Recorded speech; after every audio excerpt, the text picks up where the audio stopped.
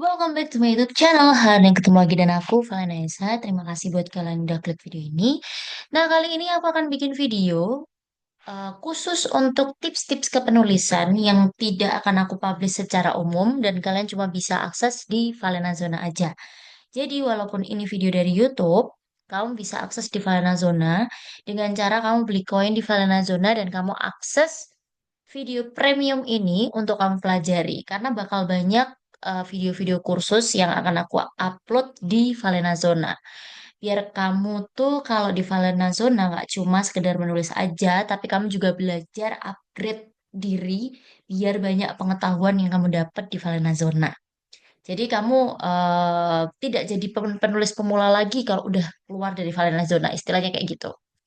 Nah, yang pertama akan aku kasih tahu adalah cara menggambarkan hubungan asmara yang emosional dalam novel. Ini penting banget. Gimana sih caranya kita menggambarkan hubungan asmara yang benar-benar dirasakan oleh pembaca? Jadi jatuh cintanya gimana, patah hatinya gimana, itu kan harus kita pelajari juga biar kena ke pembaca.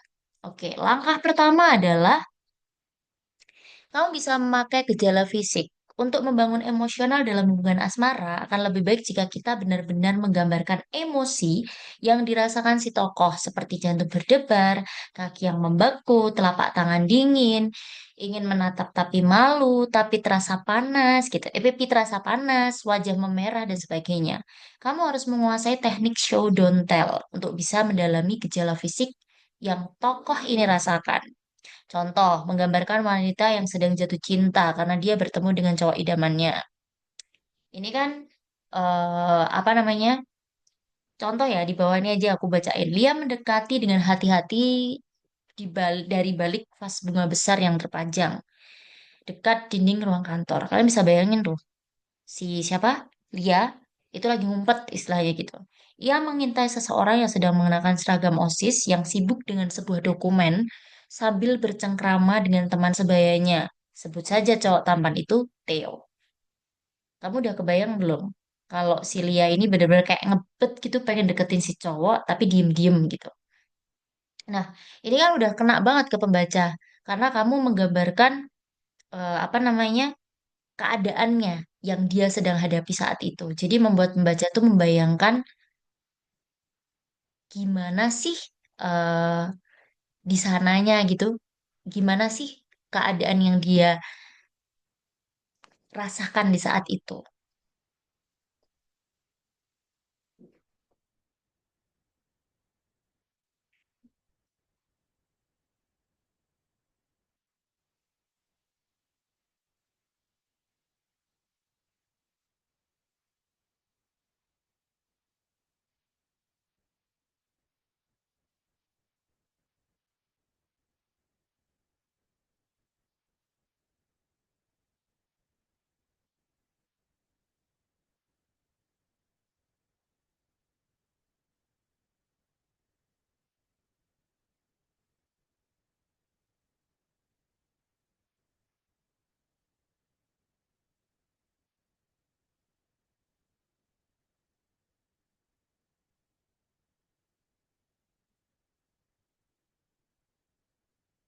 Nah, di sini hanya dengan melihat wajahnya, Lia merona sempurna.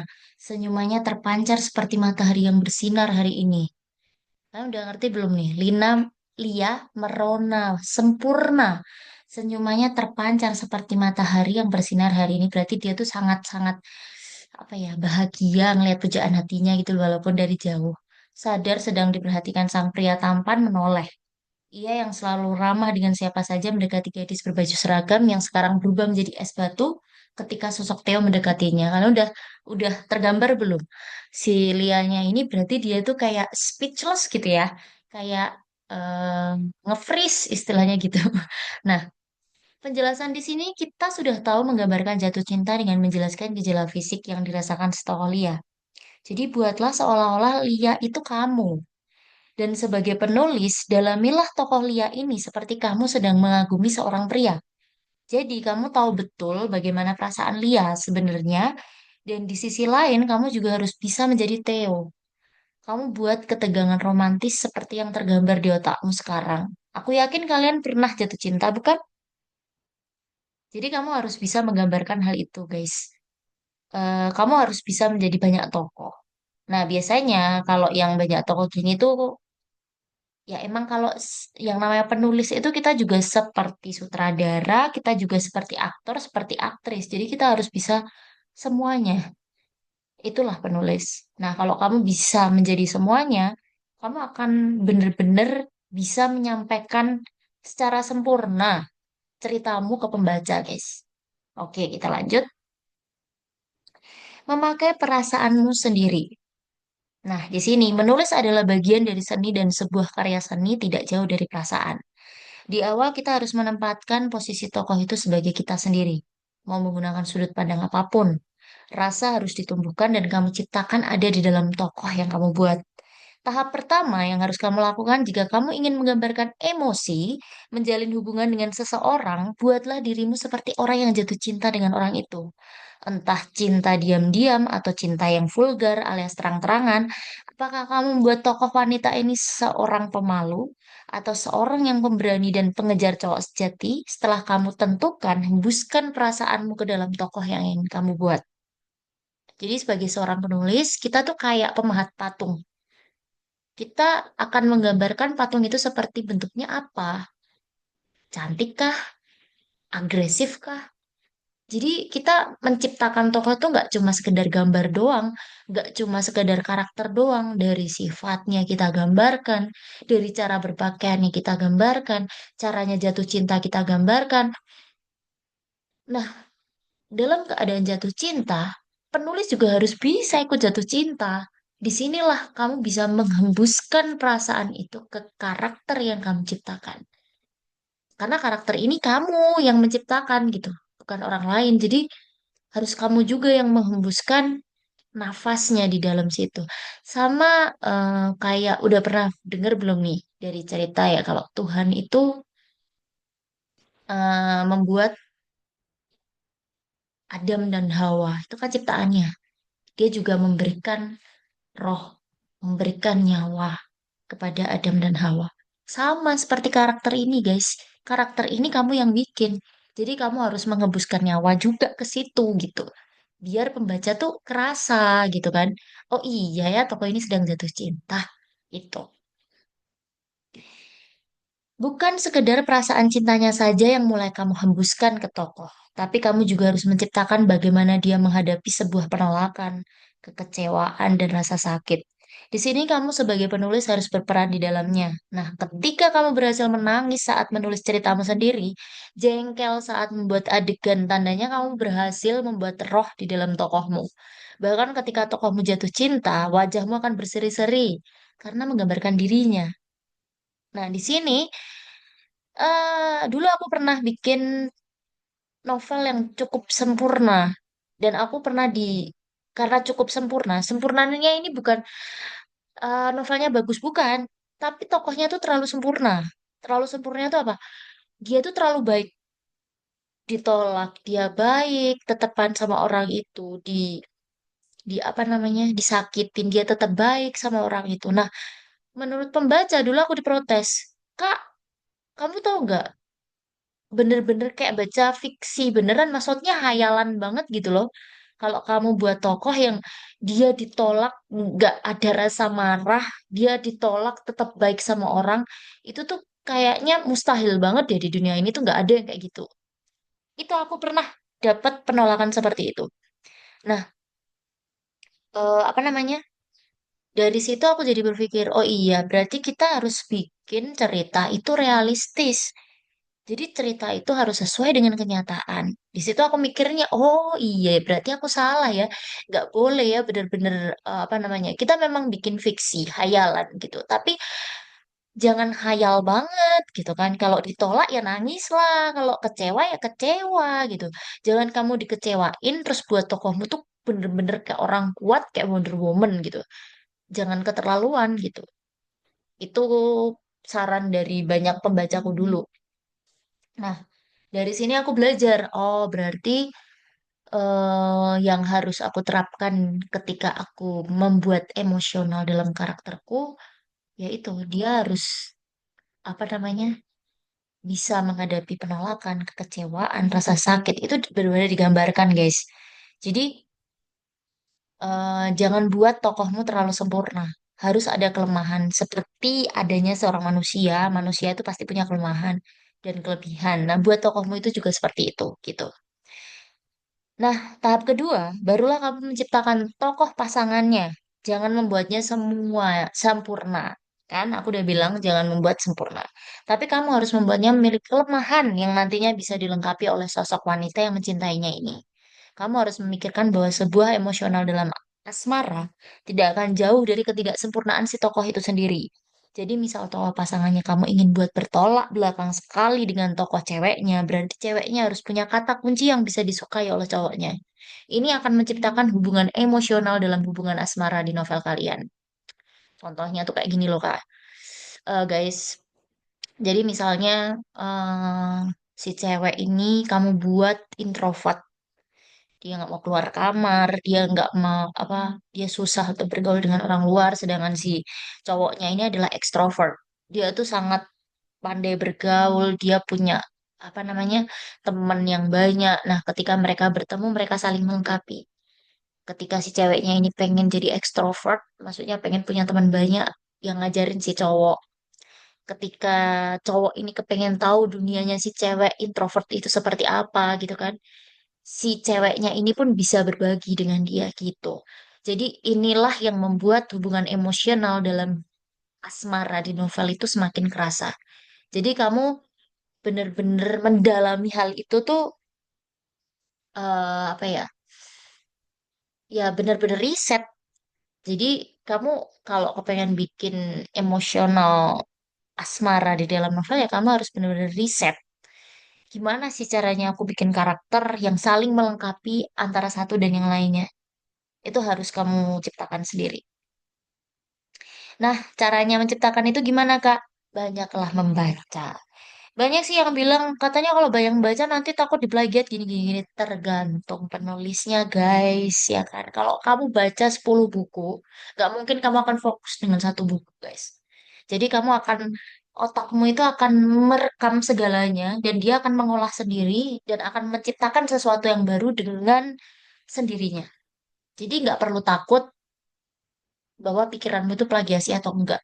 Karena setelah kalian baca, baca, baca, baca, diksi udah ada di dalam otakmu, dia akan mengolah sendiri dan akan tercipta cerita baru sendiri. Gitu. Oke, kita lanjut. Gunakan kata-kata spesifik dan jangan klise. Klise dalam pengertian ini adalah ketika kamu menggunakan kata-kata yang terlampau umum. Untuk lebih mudahnya, coba kamu perhatikan beberapa contoh berikut ini. Tanpa terasa air mata jatuh berderai di pipinya. Jantungnya berdetak dengan sangat kencang, bulu kuduknya merinding, hatinya berbunga-bunga. Itu adalah kata-kata yang sangat umum, ya kan? Sehingga tidak ada lagi emosi yang tercermin, baik ketika menulis ataupun membaca. Jadi itu kayak langsung gitu loh. Kamu kayak ya udah menceritakan bahwa dia air matanya jatuh berderai di pipinya, udah tahu kan? Berarti air matanya tuh membasahi pipinya gitu. Jadi pembaca tuh udah tahu gitu. Nah, untuk mampu mengekspresikan satu perasaan yang kuat dalam penulisan, kamu tidak dapat lagi mempertahankan cara seperti itu. Jadi, gunakan kata-kata spesifik, unik, dan tidak klise untuk tujuan ini. Cari kata-kata yang menarik ketika kamu mencari cara mengekspresikan marah, kesedihan, ketakutan, kegelisahan, jatuh cinta, nervous, dan emosi lainnya. Semakin unik dan spesifik kata-kata tersebut, maka semakin ia mampu menggambarkan emosi penulisnya. Mungkin kamu bisa searching-searching gimana sih apa air mata jatuh berderai di pipinya itu dengan diksi yang lebih yang lain lagi gitu.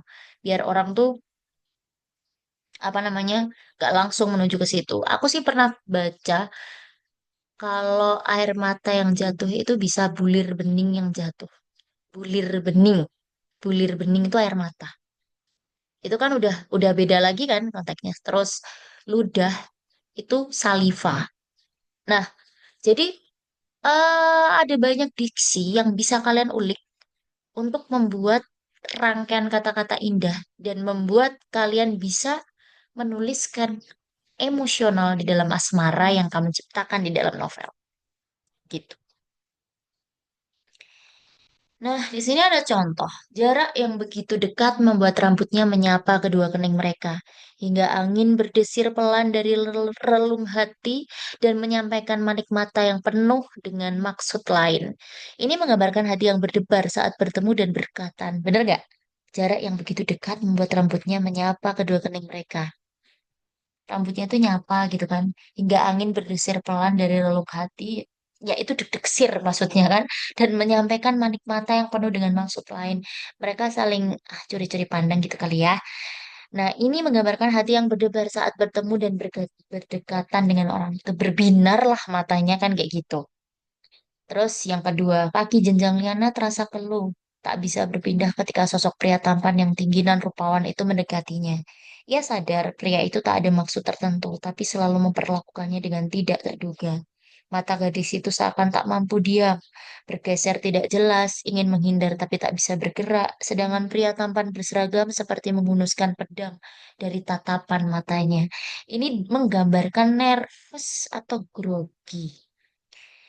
Kalian bisa mendalami ini, gimana sih rasanya, gimana sih apa namanya, oh gini toh gitu. Jadi kalian benar-benar membuat, ya itu sih, kalian harus perbanyak diksinya untuk membuat seperti ini. Jadi kalian harus banyak membaca mau nggak mau, ya kan? Oke. Kesimpulannya, jika kamu ingin bagus dalam menggambarkan emosi dalam cerita romansa, kamu harus menggunakan perasaanmu sendiri untuk membangun cerita itu dan perbanyak diksi atau pilihan kata agar rasa di dalam ceritamu tersampaikan ke pembaca dengan baik. Buatlah kelemahan dalam romansa dan saling melengkapi satu dengan yang lain. Kamu akan menemukan emosi yang tercipta dari hubungan asmara yang kamu tulis di dalam novelmu sendiri. Semoga apa yang aku berikan di materi kali ini bermanfaat dan selamat mempraktikkan ya. Jadi sekian dulu untuk materi yang aku sampaikan kalian. Gimana nih menurut kalian? Apa namanya? Tentang materiku kali ini. Kalian bisa komentar aja di bawah, ya kan? Dan kalian bisa banget mempraktekkan langsung gimana caranya menggambarkan emosi di dalam novel kalian sendiri. Itu dengan memperbanyak diksi dan juga menggunakan perasaanmu untuk membuat novelmu itu jadi lebih hidup. Oke, terima kasih banyak. Semoga apa yang aku sampaikan bermanfaat. Mohon maaf kalau ada kesalahan kata dan ucapan dari awal sampai akhir tanpa eh, ada kekurangan mungkin ya. Mohon maaf sekali lagi. Dan sampai jumpa di videoku selanjutnya. Bye-bye.